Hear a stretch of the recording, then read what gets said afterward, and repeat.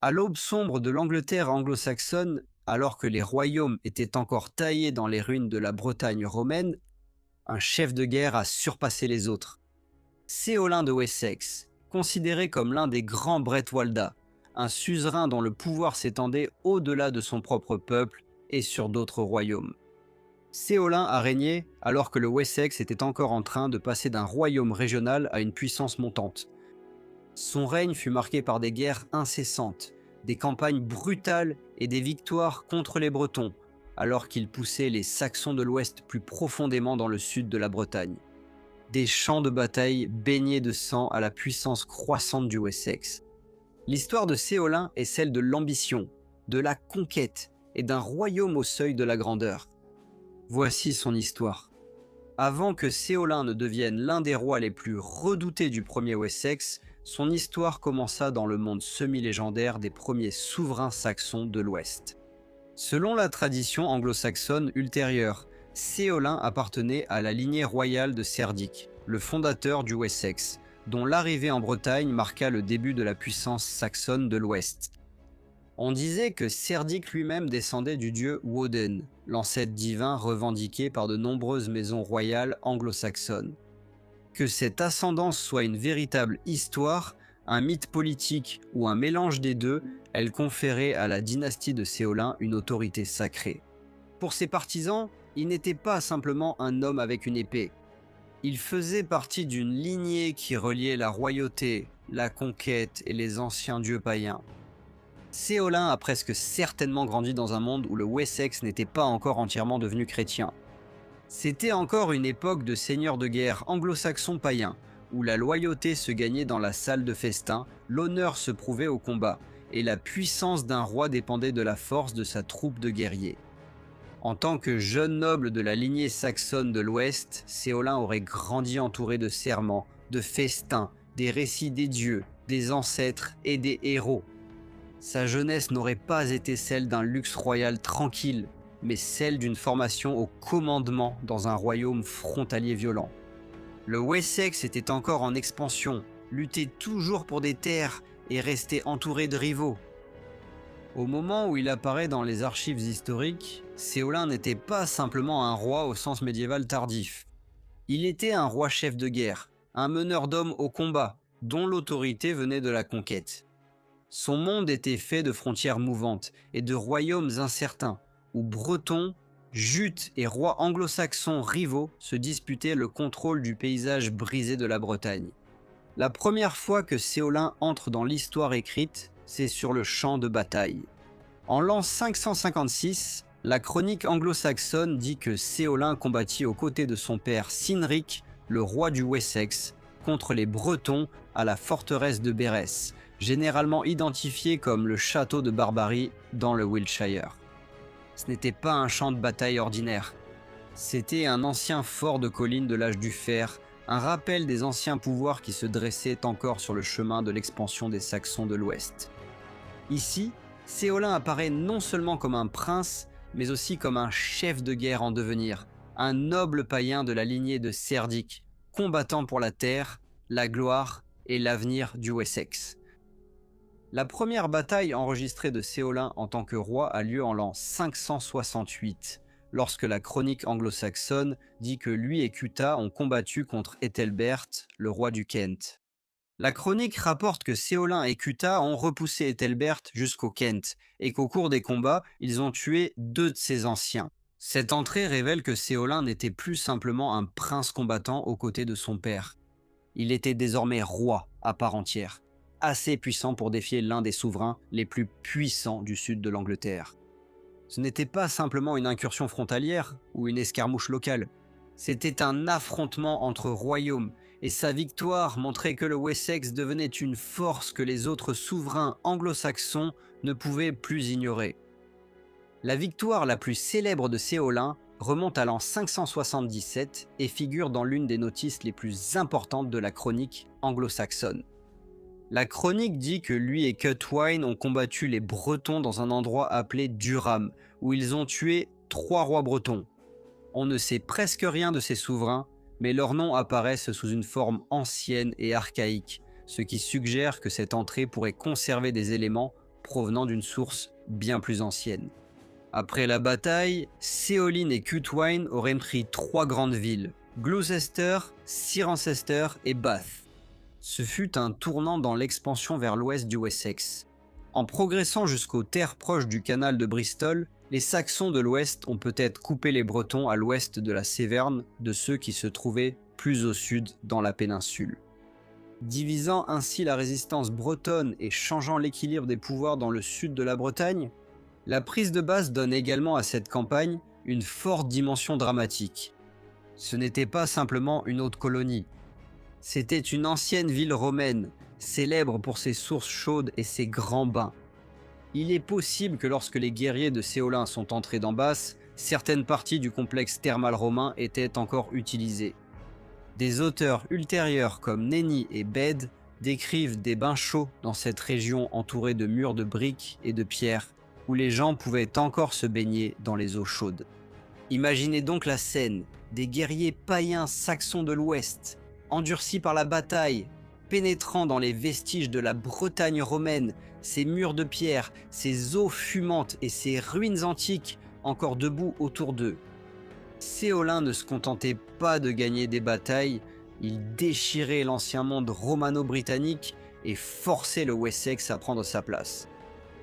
La dernière victoire enregistrée de Céolin eut lieu en l'an 584, mais c'est une victoire assombrie par une perte. La chronique anglo-saxonne dit que Céolin et Cutha ont combattu les Bretons dans un endroit appelé Titan-League. Lors de la bataille, Cutha fut tué, mais Céolin remporta tout de même le champ de bataille, prenant de nombreuses villes et ce que la chronique décrit comme un butin de guerre innombrable. Pourtant, ce ne fut pas un triomphe rempli de célébrations. L'entrée indique que Céolin, dans sa colère, retourna sur son propre territoire. C'est un détail frappant et mystérieux, suggérant que la mort de Cutha avait transformé la victoire en chagrin, en rage ou même en danger politique. L'emplacement exact de Titan-League n'est pas certain, mais il est aujourd'hui souvent associé à l'Oxfordshire. Si cette identification est correcte, alors la campagne de Céolin avait porté la puissance des Saxons de l'Ouest profondément dans les terres contestées du sud de la Bretagne. Cependant, la chronique donne à cette bataille une impression différente de ses victoires passées. Après des années de guerre, de conquête et d'expansion, le pouvoir de Céolin s'étendait au-delà des frontières du Wessex lui-même. La tradition ultérieure se souvient de lui comme l'un des Bretwalda, un titre utilisé pour les souverains dont l'autorité s'étendait sur les autres royaumes anglo-saxons. Le mot suggère quelque chose de plus qu'un roi ordinaire. Un Bretwalda était un suzerain, un dirigeant dont la force militaire, la réputation et la domination poussaient les autres rois à reconnaître son pouvoir, que ce soit par la peur, l'alliance, le tribut ou la soumission. Au moment de ces campagnes ultérieures, Céolin n'était plus simplement roi du Wessex. Il était l'un des rois chefs de guerre les plus redoutés de Bretagne.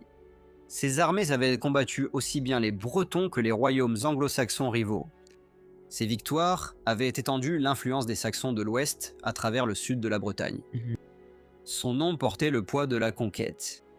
Être appelé Bretwalda signifiait que le pouvoir de Céolin était reconnu comme quelque chose de plus grand qu'une royauté locale. Il était considéré comme un souverain dont l'influence s'étendait sur d'autres peuples et royaumes.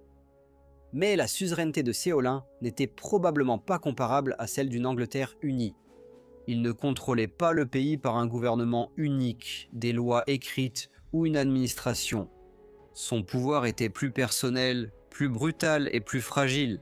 Il dépendait de la victoire, de la réputation des guerriers, du tribut et de la peur. Dans l'Angleterre anglo-saxonne primitive, un roi n'était fort que grâce aux hommes qui le suivaient et aux ennemis qu'il pouvait vaincre. À l'apogée de sa puissance, Céolin était peut-être le souverain dominant du sud de l'Angleterre. Le Wessex, sous son règne, était encore en expansion, encore païen, encore violent et toujours marqué par l'ancienne culture des bandes guerrières anglo-saxonnes. Il se tenait à la tête d'un royaume en pleine ascension, commandant des guerriers qui combattèrent pour la terre, le trésor, l'honneur et la loyauté.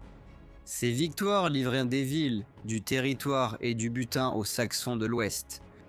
Ces campagnes ont affaibli la résistance britannique et défié les rois anglo-saxons rivaux. Pendant un temps, Séolin n'était pas simplement un roi parmi tant d'autres. Il fut le chef de guerre qui fit du Wessex une puissance. Après des années de victoires, de conquêtes et de domination, le règne de Séolin ne s'est pas terminé dans le triomphe, mais dans la violence et la trahison. En l'an 592, la chronique anglo-saxonne rapporte un événement mystérieux et sanglant. Ici, il y eut un grand massacre à la butte de Woden, et Séolin fut chassé. La butte de Woden est généralement identifiée au tumulus antique, aujourd'hui connu sous le nom de tombe d'Adam dans le Wiltshire. Le nom lui-même est puissant, un tumulus lié à Woden, le dieu païen dont la maison royale de Wessex prétendait descendre. Pour Séolin, un roi dont l'autorité reposait sur la guerre, l'ascendance et les anciens dieux, être renversé en un tel lieu confère à sa chute une dimension presque légendaire. La chronique ne nous dit pas qui l'a vaincu.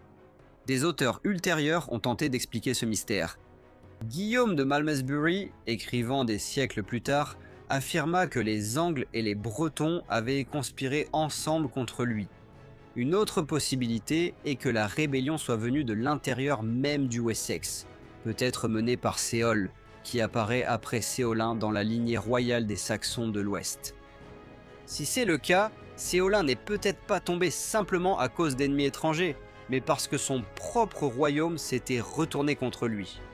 Après des décennies d'expansion, de tribus et d'effusions de sang, le grand Bretwalda, a peut-être affronté l'ennemi qu'aucun chef de guerre ne pouvait facilement vaincre, un rival issu de sa propre maison royale. L'année suivante, en l'an 593, la chronique donne la dernière mention de Séolin. Il est écrit « Ici, Séolin, Kichelm et Crida périrent ». On ne sait rien de plus avec certitude sur Kichelm et Crida, bien que leur nom suggère qu'ils aient pu appartenir à la famille royale ou à l'élite guerrière des Saxons de l'Ouest. La formulation est froide et brève, mais derrière elle pourrait se cacher une purge violente, une lutte dynastique ou l'effondrement final de la faction de Séolin après sa défaite. Un roi qui avait autrefois mené des armées à travers le sud de la Grande-Bretagne, pris des villes, vaincu des souverains rivaux et avait été retenu comme Bretwalda, disparaît maintenant des archives en une seule ligne. La mort de Séolin a peut-être laissé le Wessex divisé. Des généalogies ultérieures suggèrent que Séol et son frère Séolwulf ont régné après lui, et il est possible que le pouvoir au sein du Wessex se soit fragmenté entre différentes branches de la maison royale. Certains dirigeants étaient peut-être basés autour du Wiltshire, tandis que d'autres exerçaient leur influence plus au nord et à l'est, vers la haute vallée de la Tamise. L'affaiblissement du Wessex a peut-être aidé Ethelbert du Kent à s'imposer dans le sud de l'Angleterre après la chute de Séolin. Mais la chute de Séolin n'a pas effacé ce qu'il avait construit. Le Wessex restait une force militaire redoutable, et en une génération, ses armées étaient encore actives contre des royaumes comme l'Essex et le Sussex. Mais Séolin lui-même appartenait à un monde plus ancien et plus rude, l'époque des chefs de guerre païens, des frontières mouvantes et d'une royauté conquise par l'épée. Sa vie s'est terminée dans le mystère, chassé du pouvoir après le massacre de la butte de Woden, et il est mort dans l'année qui a suivi. C'est une fin sombre à souhait pour l'un des souverains les plus redoutables de l'Angleterre anglo-saxonne primitive. Un roi qui s'est élevé par la conquête, a régné par la peur et la victoire, et est tombé lorsque la violence qui l'avait rendu grand s'est finalement retournée contre lui. Je tiens à adresser un immense merci à tous mes membres. Votre contribution rend vraiment possible la réalisation de toutes ces vidéos.